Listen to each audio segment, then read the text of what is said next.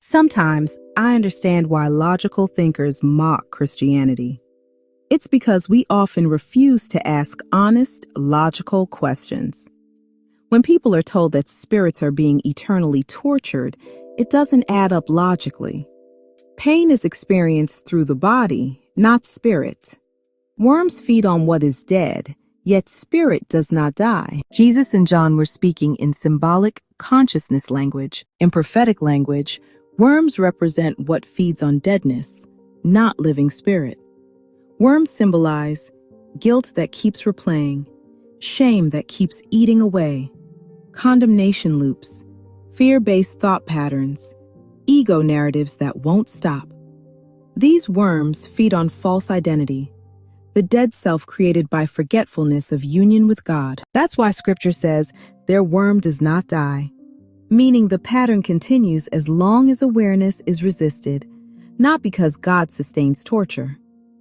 Fire in Scripture does not destroy truth, it reveals it.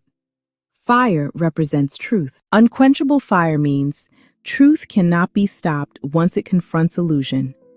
It is unquenchable not because it torments forever, but because ego cannot extinguish truth. This is why Jesus also said something religion rarely emphasizes. Everyone will be salted with fire. Everyone. Not some, not the saved, everyone. Salt preserves. Fire purifies. So, if fire were eternal punishment, why would everyone be salted with it? The fire is awakening, not vengeance. It burns illusion, not people.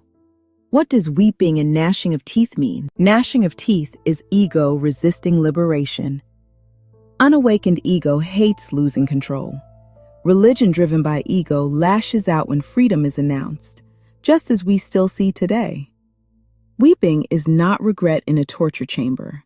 It is what happens when consciousness wakes up from the forgetfulness of oneness with God. It is the overwhelming release that comes with remembering.